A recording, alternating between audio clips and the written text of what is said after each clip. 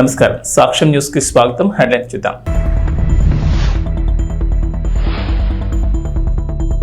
ఆంధ్రప్రదేశ్లో మహిళలకు తీపి కబురు. ఏడాదికి 3 గ్యాస్ సిలిండర్లు ఉచితం. ఈ పథకంపై కసరత్తు చేస్తోన్న ప్రభుత్వం.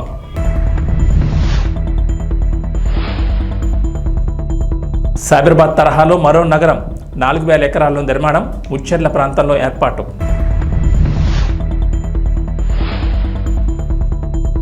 గ్రేటర్ హైదరాబాద్ పరిధి పెంపు. 7 మున్సిపాలిటీలు విలీనం. రేపు అసెంబ్లీలో చర్చ.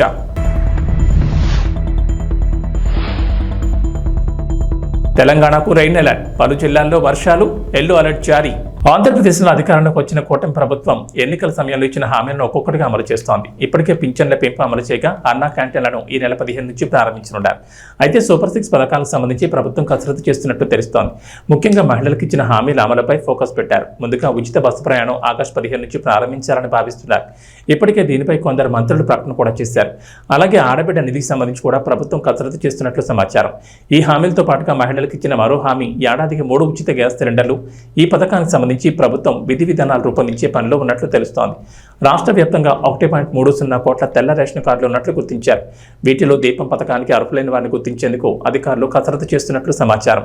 ఒక ఇంట్లో ఒకటికి మించి గ్యాస్ కనెక్షన్ ఉంటే పథకం వర్తించదని తెలుస్తోంది. విద్యుత్ బిల్, ఆధార్తో లింక్ అయిన ఫోన్ నెంబర్, చిరునామా, ధృవీకరణ పత్రాలను పరిశీలించి అర్హులను గుర్తిస్తారని చెబుతున్నారు. ఈ పథకానికి సంబంధించిన అర్హతలు, మార్గదర్శకాలు రూపొందించే పనిలో ఉన్నారు. హైదరాబాద్ నగరం వేగంగా విస్తరిస్తోంది. జంట నగరాలు హైదరాబాద్, సికింద్రాబాద్లతో పాటు సైబరాబాద్ పేరిట నిర్మించిన నూతన నగరం వేగంగా అభివృద్ధి చెందుతోంది. ఈ 3 నగరాల చుట్టూ అనేక ఐటీ సంస్థలు, అంతర్జాతీయ సంస్థలు పెట్టుబడి పెడుతున్నాయి. భవిష్యత్ అవసరాల దృష్ట్యా నగరాన్ని మరింతగా విస్తరించేందుకు ప్రభుత్వం కసరత్తు చేస్తోంది. నగరం చుట్టూ గ్రీన్ టౌన్షిప్లు, రీజనల్ రింగ్ రోడ్ వంటి ప్రాజెక్టులు చేపడుతోంది. ఈ నేపథ్యంలో నగర విస్తరణపై తెలంగాణ సీఎం రేవంత్ రెడ్డి కీలక ప్రకటన చేశారు. హైదరాబాద్ పరిధిలో మరో నూతన నగరం నిర్మిస్తామని చెప్పారు. బుధవారం అసెంబ్లీలో ద్రవ్య వినిమయ బిల్లు సందర్భంగా మాట్లాడిన రేవంత్ రెడ్డి రంగారెడ్డి జిల్లా ముచ్చెర్లలో 4000 ఎకరాల్లో కొత్త నగరం నిర్మిస్తామన్నారు. ప్రస్తుతం హైదరాబాద్, సికింద్రాబాద్, సైబరాబాద్ ఇలా 3 నగరాలు ఉన్నాయని చెప్పారు. ముచ్చెర్ల నిర్మించబోయేది 4వ నగరం అవుతుందన్నారు. అక్కడ ఆరోగ్య, క్రీడా హబ్లు ఏర్పాటు చేయనున్నట్లు తెలిపారు. కొత్తగా నిర్మించే నగరానికి మెట్రోతో అనుసంధానం చేస్తామన్నారు. తెలంగాణలోని అన్ని రంగాల్లో అభివృద్ధి సాధించేందుకు వ్యవసాయం నుంచి ఏఐ టెక్నాలజీ వరకు పలు రంగాలపై నూతన విధానాలు రూపొందిస్తామన్నారు. హైదరాబాద్ నగరాన్ని మరింతగా అభివృద్ధి చేసేందుకు రేవంత్ సర్కార్ ప్రణాళికలు రూపొందిస్తోంది. అందుకు అవసరమైన కీలక చర్యలు తీసుకుంటోంది. హైదరాబాద్, సికింద్రాబాద్, సైబరాబాద్తో పాటు కొత్తగా రంగారెడ్డి జిల్లా ముచ్చెర్ల వద్ద 4వ సిటీని నిర్మించనున్నట్లు సీఎం రేవంత్ బుధవారం అసెంబ్లీలో ప్రకటించారు. ఇక హైదరాబాద్ నగర విస్తరణపై కూడా కీలక నిర్ణయం తీసుకున్నారు. ఔటర్ రింగ్ రోడ్ లోపల ఉన్న మున్సిపాలిటీలు, కార్పొరేషన్లు, గ్రామ పంచాయతీలను గ్రేటర్ హైదరాబాద్ మున్సిపల్ కార్పొరేషన్లో విలీనం చేసేందుకు సిద్ధమయ్యారు. ఈ మేరకు శుక్రవారం అసెంబ్లీలో తీర్మానం పెట్టి చర్చించనున్నారు. నగర శివార్లోని 7 మున్సిపల్ కార్పొరేషన్లు, 20 మున్సిపాలిటీలను, 33 గ్రామ పంచాయతీలను జీహెచ్ఎంసీలో విలీనం చేసేందుకు రెడీ అయ్యారు. ఇప్పటికే రంగారెడ్డి, మేడ్చల్ జిల్లాల అధికారులు ప్రణాళికలు సిద్ధం చేశారు. ఈ విషయంపై ముఖ్యమంత్రి రేవంత్ రెడ్డి పురపాలక శాఖ, జీహెచ్ఎంసీల అధికారులతో 4 నెలల క్రితమే సమీక్ష నిర్వహించారు. ఔటర్ రింగ్ రోడ్ లోపల ఉన్న కార్పొరేషన్లు, మున్సిపాలిటీలను జీహెచ్ఎంసీలో విలీనం చేయాలంటూ అప్పట్లోనే ఆదేశించారు. అయితే లోక్సభ ఎన్నికల షెడ్యూల్ విడుదల కావడంతో ఆ ప్రతిపాదనకు బ్రేక్ పడింది. తాజాగా అంశాన్ని అసెంబ్లీ సమావేశాల్లో చర్చించి కీలక నిర్ణయం తీసుకోనున్నారు. కాగా ప్రభుత్వ నిర్ణయంతో ఈ ప్రాంతాలకు మహర్దశ పట్టనుంది. ప్రస్తుతం అరకొర నిధులతో సతమతమవుతున్న కార్పొరేషన్ల అభివృద్ధికి నిధులు దండిగా రానున్నాయి. ఆంధ్రప్రదేశ్ మంత్రి నారా లోకేష్ ఓఎస్డీగా యువ అధికారి ఆకుల వెంకటరమణ నియమితులయ్యారు. కడప జిల్లా నుంచి ఏరికోరి ఆయన్ను తీసుకొచ్చి మానవ వనరుల శాఖలో మంత్రి నారా లోకేష్ ఓఎస్డీగా నియమించారు. రమణ గతంలో తూర్పుగోదావరి జిల్లా చింతూరు ఐటీడీఏ ప్రాజెక్టు ఆఫీసర్గా పనిచేశారు. అక్కడ గిరిజనులకు ప్రభుత్వ పథకాలను అందించడంలో, జీవన ప్రమాణాలు పెంపొందించడంలో కీలక పాత్ర పోషించారు. అక్కడి నుంచి కడప జిల్లా బద్వేలు ఆర్డీఓగా బదిలీ కాగా అక్కడ కూడా సమర్థవంతమైన అధికారిగా ప్రశంసలు పొందారు. ఇప్పుడు నారా లోకేష్ ఓఎస్డీగా నియమితులయ్యారు. ప్రకాశం జిల్లా మార్కాపురానికి చెందిన ఆకుల శ్రీరాములు, లక్ష్మీ నరసింహల కుమారుడు వెంకటరమణ. సాధారణ రైతు కుటుంబంలో జన్మించిన రమణ ప్రభుత్వ కొలువు సాధించాలని టార్గెట్ పెట్టుకున్నారు. చిన్నప్పటి నుంచి కష్టపడి చదివారు. విద్యాభ్యాసం మొత్తం మార్కాపురంలో జరిగింది. 2000లో ఇంటర్మీడియట్ పూర్తయ్యాక బీటెక్ చేయడం కోసం ఏడాది పాటు సొంతంగా ఎంసెట్కు ప్రిపేర్ అయ్యారు. 2001లో 1000 ర్యాంక్ సాధించగా బీటెక్లో చేరారు. 4 ఏళ్లు బీటెక్ తర్వాత క్యాంపస్ సెలక్షన్స్లో ఒక ప్రముఖ ఎలక్ట్రానిక్స్ సంస్థలో 2005లో సర్క్యూట్ డిజైన్ ఇంజనీర్గా ఉద్యోగం సాధించారు. ఆయన ప్రైవేట్ ఉద్యోగం చేస్తూనే ఖాళీ సమయాల్లో తోటి ఉద్యోగులతో కలిసి సమీప ప్రాంతాల్లోని స్కూళ్లకు వెళ్లి అక్కడి విద్యార్థులకు క్లాసులు చెప్పేవాడు. అలా అక్కడ లోటుపాట్లను చూసి ప్రభుత్వ సర్వీసుల ద్వారా మరింత సేవ చేయొచ్చని భావించారు. 2009లో తన ఉద్యోగాన్ని రాజీనామా చేసి సివిల్స్, గ్రూప్స్ ప్రిపరేషన్ వైపు మొగ్గు చూపారు. ఉద్యోగం చేయడం లేదు, ఖర్చులకు డబ్బులు కావాలి. ఇలాంటి సమయంలో వ్యక్తిగత ఖర్చుల కోసం కుటుంబంపై ఆధారపడడం ఇష్టం లేక గ్రూప్ 2, బ్యాంక్, పీఓ వంటి పరీక్షలకు జనరల్ స్టడీస్, కరెంట్ అఫైర్స్ కు ఫ్యాకల్టీగా పనిచేస్తారు వెంకటరమణ. తెలుగుదేశం పార్టీ ప్రజలు, పార్టీ శ్రేణుల సమస్యను స్వయంగా తెలుసుకోవడానికి కీలక నిర్ణయం తీసుకున్న సంగతి తెలిసిందే. ముఖ్యమంత్రి నారా చంద్రబాబు నాయుడు, మంత్రులు, పార్టీ ముఖ్య నేతలు అందుబాటులో ఉంటున్నారు. తాజాగా ఆగస్టు నెలకు సంబంధించిన షెడ్యూల్ను టీడీపీ విడుదల చేసింది. స్వయంగా చంద్రబాబు కూడా ఆగస్టు 3, 10 తేదీల్లో ముఖ్యమంత్రి చంద్రబాబు అర్జీలు స్వీకరిస్తారు. అలాగే మంత్రితో పాటుగా రోజుకు ముఖ్యమైన నేత కూడా అందుబాటులో ఉంటారు. టీడీపీ అధినేత చంద్రబాబు సూచన మేరకు ఆదివారాలు మినహా రోజుకి ఎదురు చొప్పున ఆగస్టు 14 వరకు పార్టీ కార్యాలయంలో ఉంటూ వినతులు తీసుకోనున్నారు. ఆ షెడ్యూల్ ఇలా ఉంది. తెలుగుదేశం పార్టీ అధినేత ముఖ్యమంత్రి నారా చంద్రబాబు నాయుడు ఆదేశాలతో మంగళగిరిలోని పార్టీ కేంద్ర కార్యాలయంలో రాష్ట్ర మంత్రులు, టీడీపీ జాతీయ నాయకులు పార్టీ శ్రేణుల కోసం అందుబాటులో ఉంటారని తెలిపారు. కార్యకర్తలు, నాయకులు గమనించాలని ఒక ప్రకటన విడుదల చేశారు. కేంద్ర కార్యాలయంలో అందుబాటులో ఉండనున్న రాష్ట్ర మంత్రులు, టీడీపీ జాతీయ నాయకులు కొద్ది రోజులుగా టీడీపీ కార్యాలయంలో మంత్రులు, ముఖ్య నేతలు ప్రజలకు అందుబాటులో ఉంటున్నారు. వారి సమస్యలను, వినతులను స్వీకరిస్తున్నారు. వాటి పరిష్కారానికి తమ వంతుగా ప్రయత్నం చేస్తున్నారు. పోటీ చేసిన 21 స్థానాలకు గాను 21 స్థానాలను గెలుపొంది దేశ రాజకీయాల్లో సంచలనం సృష్టించిన జనసేన పార్టీ రాజకీయ వర్గాలను సంబరమాచార్యాలకు గురి చేస్తూ మరో కీలక నిర్ణయం ప్రకటించింది. పార్టీ ఎమ్మెల్యేలు, ఎంపీలు ప్రజలకు అందుబాటులో ఉండాలని ప్రకటించి షెడ్యూల్ విడుదల చేశారు ఆ పార్టీ అధ్యక్షుడు, AP deputy CM Konidela Pawan Kalyan. August 1వ తేదీ నుంచి జనసేన ఎంపీలు, ఎమ్మెల్యేలు మంగళగిరిలోని పార్టీ కేంద్ర కార్యాలయంలో ఉండి ప్రజల నుంచి అర్జీలు, పార్టీ శ్రేణుల నుంచి అభ్యర్థనలు స్వీకరించనున్నారు. జనసేన ఎమ్మెల్యేలు, ఎంపీలు ప్రతి నెల కనీసం 2 రోజుల పాటు పార్టీ కేంద్ర కార్యాలయంలో ప్రజలకు అందుబాటులో ఉండాలని జనసేనాని పవన్ కళ్యాణ్ ఇంతకుముందే ఆదేశాలు ఇచ్చారు. ఎమ్మెల్యేలు, ఎంపీలు పార్టీ కార్యాలయంలో అందుబాటులో ఉండి ప్రజల సమస్యలు, వారు ఎదుర్కొనే ఇబ్బందులు విని పరిష్కారాలు సూచించాలని పవన్ కళ్యాణ్ ఆదేశించారు. షెడ్యూల్ ప్రకారం ఉదయం నుంచి సాయంత్రం వరకు ప్రజలకు అందుబాటులో ఉండి వారి నుంచి విజ్ఞాపన పత్రాలు, పార్టీ శ్రేణుల నుంచి వచ్చే అభ్యర్థనలు, సూచనలను స్వయంగా స్వీకరించనున్నారు. అర్ధరాత్రి వాళ్ళకి 12 అయినా కానీ 11 అయినా కానీ ఆ ఎండలో మండుటంలో నిలబడి మధ్యాహ్నం నుంచి వాళ్ళ క్యూలు వాళ్ళకి వంతు వచ్చే వరకు అలా నిలబడి మరి ఓట్లేసి అంటే ఇవన్నీ చాలా చాలా బాధ్యతనిచ్చాయి. అలాగే ఈరోజు మనం మాట్లాడుకున్నప్పుడు కూడా రేపు మన పవర్ షేరింగ్ ఏంటి ఇవన్నీ కూడా మీకు తెలియజేస్తాను. ఇది మన ప్రతి ఒక్కరికి నా ఉద్దేశం మనందరం అందుబాటులో ఉండాలి. అది మీరు మనందరం కలిపి ఒక సమిష్టిగా ఒక నిర్ణయం తీసుకుందాం. ఒక కమిటీగా ఏర్పడి ఎన్ని రోజుల్లో మనం నియోజకవర్గంలో అందుబాటులో ఉండాలి. అలాగే ప్రభుత్వానికి సంబంధించి సమస్యలకు సంబంధించి ప్రజలకి ఎంతంత ఏ అవసరాలు ఉంటే మనం ఎలా అనుసంధానం చేసుకోవాలి మిగతా మన ఎన్డీఏ పార్ట్నర్స్ తోటి. అలాగే కేంద్రంలో ఇప్పుడు మనకి చాలా చోట్ల మన నియోజకవర్గాల్లో బ్రిడ్జ్ ఒక్కోసారి ఓవర్ బ్రిడ్జెస్ కానీ ఇవన్నీ కేంద్ర పరిధిలో ఉంటాయి. అవన్నీ మీరు చేయాల్సింది ఏంటంటే మన నియోజకవర్గపు సమస్యలు ప్రాధాన్యత అంటే యాజ్ పర్ ప్లీజ్ ప్రయారిటైజ్ చేసి మనం కొన్ని కేంద్రం ద్వారా జరిపించాల్సినవి ఉంటే అది చేద్దాం. అలాగే ఇది మనం దేనికోసమైతే నిలబడ్డామో మాట ఇచ్చామో వాటికి నిలబడతాం. అలాగే పాలకొండకి మనం వెళ్ళినప్పుడు అక్కడ ఏనుగులు వచ్చి పంట పొలాలు ధ్వంసం చేస్తాయి. ప్రతి చిన్న చిన్న సమస్య. అలాగే irrigation projects, minor irrigation projects వీటికి చాలా తక్కువ నిధులతోటి 20-25 కోట్లతో అయిపోయే పనులు చాలా ఉన్నాయి. అండ్ మేజర్గా మన ఎలక్షన్స్లో మనం చెప్పింది విద్య, వైద్యం, ఉపాధి, సాగునీరు, తాగునీరు అండ్ లా అండ్ ఆర్డర్. ప్రజల మాన ప్రాణ ఆస్తుల సంరక్షణకి మనం చాలా చాలా జవాబుదారీతనంగా ఉండాలి. అలాగే మనకిచ్చింది ఇది ఎందుకంటే నెక్స్ట్ జనరేషన్ వచ్చింది, అది మనందరం అర్థం చేసుకోవాలి. పాత తరం రాజకీయాల్లాగా కూర్చోబెట్టి మనం పవర్ని ఎక్సర్సైజ్ చేస్తామంటే కుదరదు. ఎందుకంటే ప్రజలు ఎంత మద్దతుగా నిలబడ్డారో వాళ్ళు అంతే బలంతో మనం నిలదీయగలరు. అది మనం దయచేసి మర్చిపోతుంది. నాతో సహా నేను మర్చిపోదాన్ని. అందుకని లెటర్స్ బి వాళ్ళు ఒకసారి కోపంతో ఒక మాట మాట్లాడినా అసహనంతో అది మనం భరించాలి తప్పదు. అలాగే విమర్శించేటప్పుడు కూడా దయచేసి అది పర్సనల్ అటాక్స్ ఎవరికి కలగండి. వాళ్ళని మీరు చూశారు కదా, పోయినసారి ఆయన గత ప్రభుత్వాన్ని హ్యాండిల్ చేసిన ముఖ్యమంత్రి గారు ఎన్ని మాట్లాడి నేను ఎందుకు స్పందించలేదు వ్యక్తిగతంగా అంటే అది ఆ ప్రెసిడెంట్ ఆపేద్దామని మనం ఎక్కడ చేయాలి. అలాగే పార్టీ ఒకటి మనందరూ చేయాల్సింది ఒకటి టైమ్స్, ఒకటి పంక్చువాలిటీ, సరైన సమయానికి రావడం. మీరు కావాలంటే గంట ముందు రండి. నైట్ 1:30, 2:30 అని పడుకునేటప్పటికి. ఎందుకంటే ఇది మనం 5 సంవత్సరాల కాలాన్ని ఎంత సద్వినియోగం చేసుకోగలం దాని మీద ఆధారపడి ఉంటుంది భవిష్యత్తు. దయచేసి మనందరం నియమావళిని పాటిద్దాం. కొంత మనలో కూడా మనం వన్స్ ఇన్ ఎ వైల్ మనందరం కూర్చొని మేబీ ఓవర్ లంచ్ ఒక ఈవినింగ్ ఒక చాయ్ పే చర్చ అలాగా ఏమేం చేయాలి. అలాగే మనం కూడా కొంత కలుపుగోలుతనం చూపించాలి మిగతా పార్టీలు, మన ఎన్డీఏ కానీ బీజేపీ, మన ఎన్డీఏ పార్ట్నర్స్ అందరికీ కూడా. అంటే మనం ప్రత్యేకించి మనం ఎక్స్క్లూజివ్గా ఉండకుండా అందరితో మమేకం అవ్వాలి. At the same time not losing our identity. అందుకని ఇవన్నీ దృష్టిలో పెట్టుకొని ఇప్పుడు మనం ఢిల్లీలో మనం చేసినట్టుగా మన ప్రధానమంత్రి గారి పేరుని నన్ను కూడా ప్రతిపాదించినట్టుగా ఈ రోజున రాష్ట్ర ఎన్డీఏ నాయకులు మనం ఎన్నుకోవాలి. మీ అందరికీ ఇంకొక మారు ధన్యవాదాలు తెలుపుకుంటాం. Thank you. జై హింద్. కేంద్రం వందే భారత్ ట్రైన్లను ప్రతిష్టాత్మకంగా తీసుకొచ్చిన సంగతి తెలిసిందే. ప్రయాణికులు మెరుగైన ప్రయాణం అనుభూతినిచ్చేందుకు అత్యంత వేగంగా గమ్యస్థానాలకు చేరుకునేందుకు ఈ ట్రైన్లు అందుబాటులోకి తీసుకొచ్చారు. హైస్పీడ్తో చాలా తక్కువ స్టేషన్లలో ఆగుతూ ప్రయాణికులను గమ్యస్థానాలకు చేరుస్తున్నాయి. తెలుగు రాష్ట్రాల మధ్య 2 వందే భారత్ ట్రైన్లు పరుగులు పెడుతున్నాయి. సికింద్రాబాద్ తిరుపతి, సికింద్రాబాద్ విశాఖ మధ్య ఈ ట్రైన్లు పరుగులు పెడుతున్నాయి.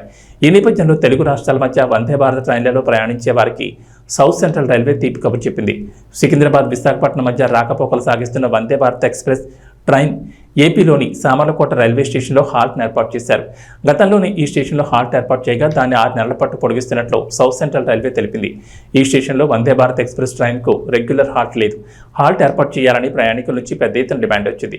ఈ నేపథ్యంలో ప్రయోగాత్మకంగా హాల్ట్ను ఏర్పాటు చేసింది. ప్రయాణికుల సంఖ్య ఎక్కువగా ఉండడం, గతంలో ఇచ్చిన గడువు ముగుస్తుండటంతో మరో 6 నెలలు పొడిగిస్తున్నట్లు సౌత్ సెంట్రల్ రైల్వే అధికారులు తెలిపారు.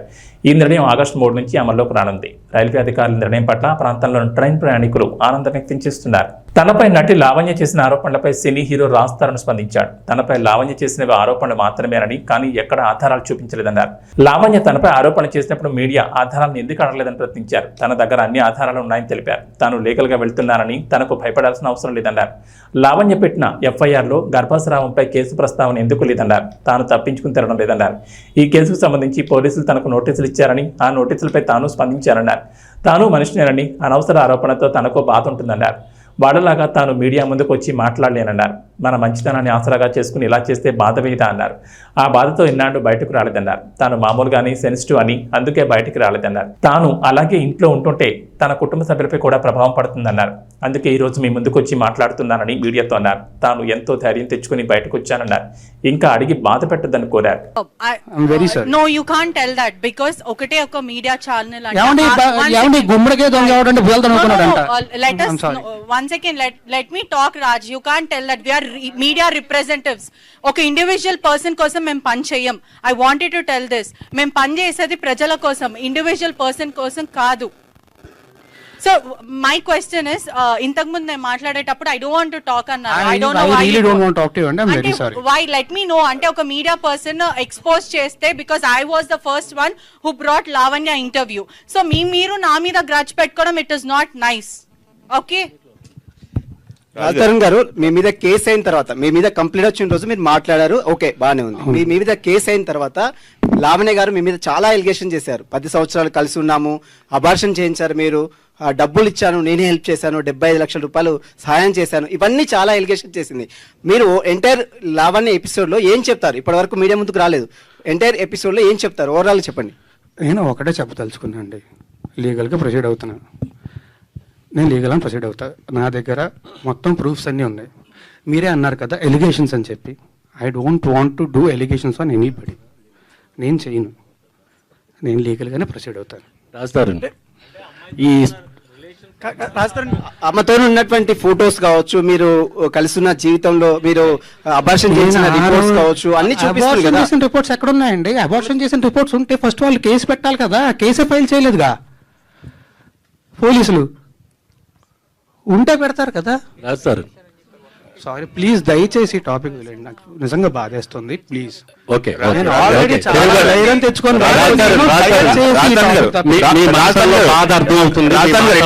ఇటు ఒకసారి ఇన్ని రోజులు జరుగుతుంది కదా, ఇన్ని రోజులు ఎందుకు హైడ్ అయ్యారు? లేకపోతే ఎందుకు మీరు హైదరాబాద్ లో ఉన్నారా, లేకపోతే ఎక్కడికి వెళ్ళారు? హైదరాబాద్ లోనే ఉన్నా, ఎక్కడికి వెళ్ళలేదు. హైదరాబాద్ లోనే ఉన్నా. ఆబ్వియస్లీ బాధ చేసినోడు బయటికి రావడానికి అదోలా ఉంటుంది.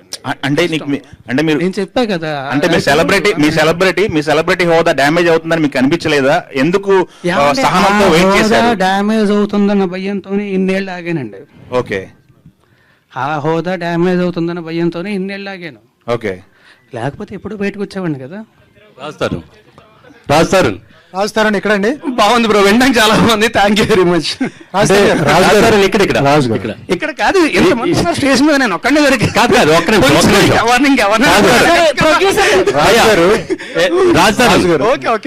ఈ టోటల్ లావణ్య ఎపిసోడ్ చుట్టూ మిమ్మల్ని డ్యామేజ్ చేయడానికి కానీ మిమ్మల్ని హట్ చేయడానికి కానీ వెనక ఎవరన్నా పెద్ద హస్తం ఉందని మీరు అనుకుంటున్నారా? నాకు ఏమీ తెలియదండి, నాకు నిజంగా ఏమీ తెలియదండి. పెద్ద హస్తాలండి ఎవరు ఉంటారండి?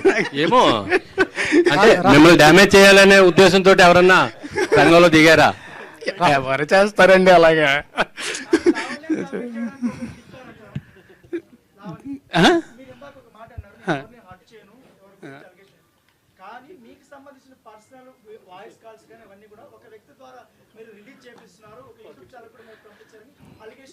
ఏమండి అలా నేను ఒకటి చెప్తా.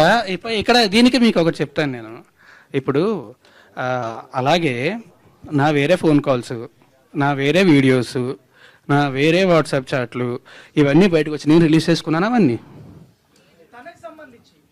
తనకు సంబంధించి ఏంటి? అదే అండి, ఆవిడ క్లియర్గా చెప్పింది కదా, వచ్చి రాస్తారని ఫోన్ నా దగ్గర ఉంది, యాక్సెస్ నా దగ్గర ఉందని చెప్పి. నేను ఎందుకు చేస్తా? అలా చెయ్యాలంటే నా దగ్గర ఇంకా చాలా ఉన్నాయండి, చాలా ఉన్నాయి నా దగ్గర. అవన్నీ పోలీసులకి ఇస్తారా మీరు? నేను లీగల్ గానే ప్రొసీడ్ అవుతాను. పోలీసులకు మాత్రం, పోలీసులకు కూడా కాదు, కోర్టుకి ఇస్తాను, నా లాయర్కి ఇస్తాను, లాయర్ కోర్టులో సబ్మిట్ చేస్తారు. అవునండి, మీరే అంటున్నారు కదా మళ్ళీ అలిగేషన్స్ అని చెప్పి. నేనేం చేయించాను? ఏమండి, ఆయన నాకు సపోర్ట్గా వచ్చారు అండ్ ఆయన ప్రూఫ్స్తో వచ్చారు.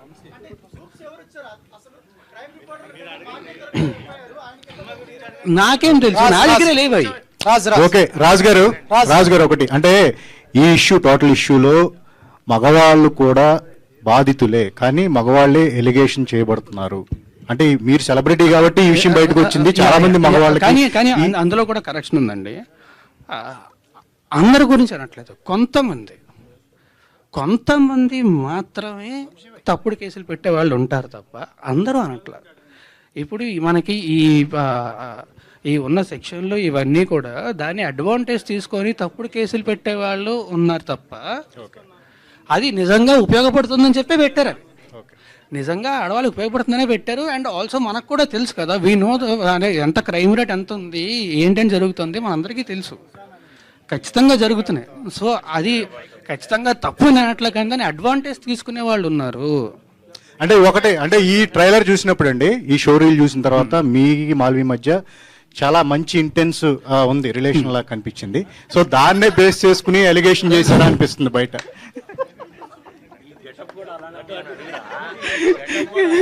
మీరు ఆగస్ట్ 2 థియేటర్కి వెళ్ళి సినిమా చూడండి. శ్రీలంకతో జరిగిన T20 సిరీస్ను భారత జట్టు 3-0తో క్లీన్ స్వీప్ చేసింది. మంగళవారం ఉత్కంఠభరితంగా సాగిన మూడో T20 సూపర్ ఓవర్ వరకు వెళ్ళింది.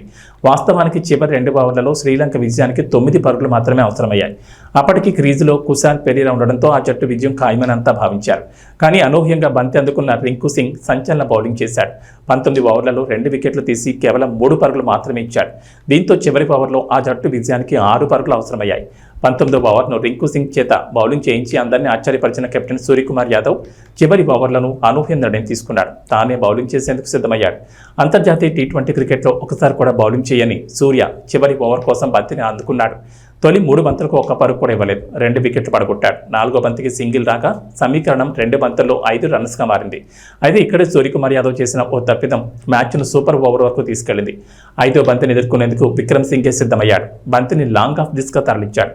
క్రీజులోని బ్యాటర్లు ఇద్దరు 2వ పరుగు ప్రయత్నించారు. ఫీల్డర్ కూడా బంతిని నేరుగా బౌలింగ్ ఎండ్ వైపు ఉన్న సూర్యకుమార్ యాదవ్ వైపు విసిరాడు. ఇక్కడే అసలు ట్విస్ట్ జరిగింది. సూర్యకుమార్ త్రోను కీపర్ వైపు విసరకుండా వికెట్లను గిరాటేస్తే మ్యాచ్ సూపర్ ఓవర్ వరకు వెళ్లేది కాదు. 1 పరుగు తేడాతో భారత్ మ్యాచ్ గెలిచేది. సూపర్ ఓవర్లో ఫస్ట్ బ్యాటింగ్ చేసిన శ్రీలంక 2 పరుగులకే 2 వికెట్లు కోల్పోయింది. ఆ తర్వాత తొలి బంతికే సూర్యకుమార్ 4 కొట్టి మ్యాచ్ను ముగించాడు. ఇక వాతావరణ విషయానికి వస్తే తెలంగాణలో వర్షాలు ఇప్పట్లో వీడేలా కనిపించడం లేదు. గత 10 రోజులకు పైగా రాష్ట్రంలో ఎక్కడొక చోట వర్షాలు కురుస్తూనే ఉన్నాయి. దీంతో వాగులు వంకలు పొంగి పొర్లుతున్నాయి. జలాశయాలు నిండుకుండలా మారాయి. ప్రాజెక్టులు జలకళను సంతరించుకున్నాయి. అయితే నేడు కూడా రాష్ట్రంలో వర్షాలు కురుస్తాయని హైదరాబాద్ వాతావరణ కేంద్రం అధికారులు తెలిపారు. ఈ మేరకు పలు జిల్లాలకు హెచ్చరికలు జారీ చేశారు. ములుగు, భద్రాద్రి, ఖమ్మం, మెదక్, ఆదిలాబాద్, మంచిర్యాల, నిర్మల్, కామారెడ్డి జిల్లాల్లో భారీ వర్షాలు కురుస్తాయని చెప్పారు. ఈ మేరకు ఆయా జిల్లాలకు ఎల్లో అలర్ట్ జారీ చేశారు. ఇక తెలంగాణ వ్యాప్తంగా మిగిలిన జిల్లాలో ఓ మోస్తరు వర్షాలు కురిసే ఛాన్స్ ఉందని చెప్పారు. పశ్చిమ భారత్లో రుతుపవనాలు చాలా యాక్టివ్గా ఉన్నాయని వాతావరణ శాఖ అధికారులు తెలిపారు.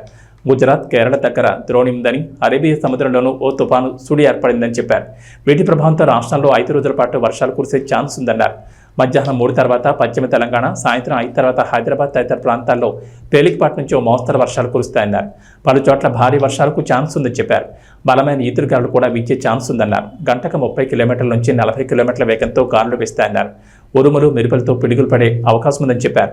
వర్షం కురిసే సమయంలో బయటకు రావద్దని అధికారులు హెచ్చరించారు. అత్యవసరమైతే తప్ప బయటకు వెళ్లొద్దని సూచించారు. ఏవీ బులెటిన్ విశేషాలు. నమస్కారం.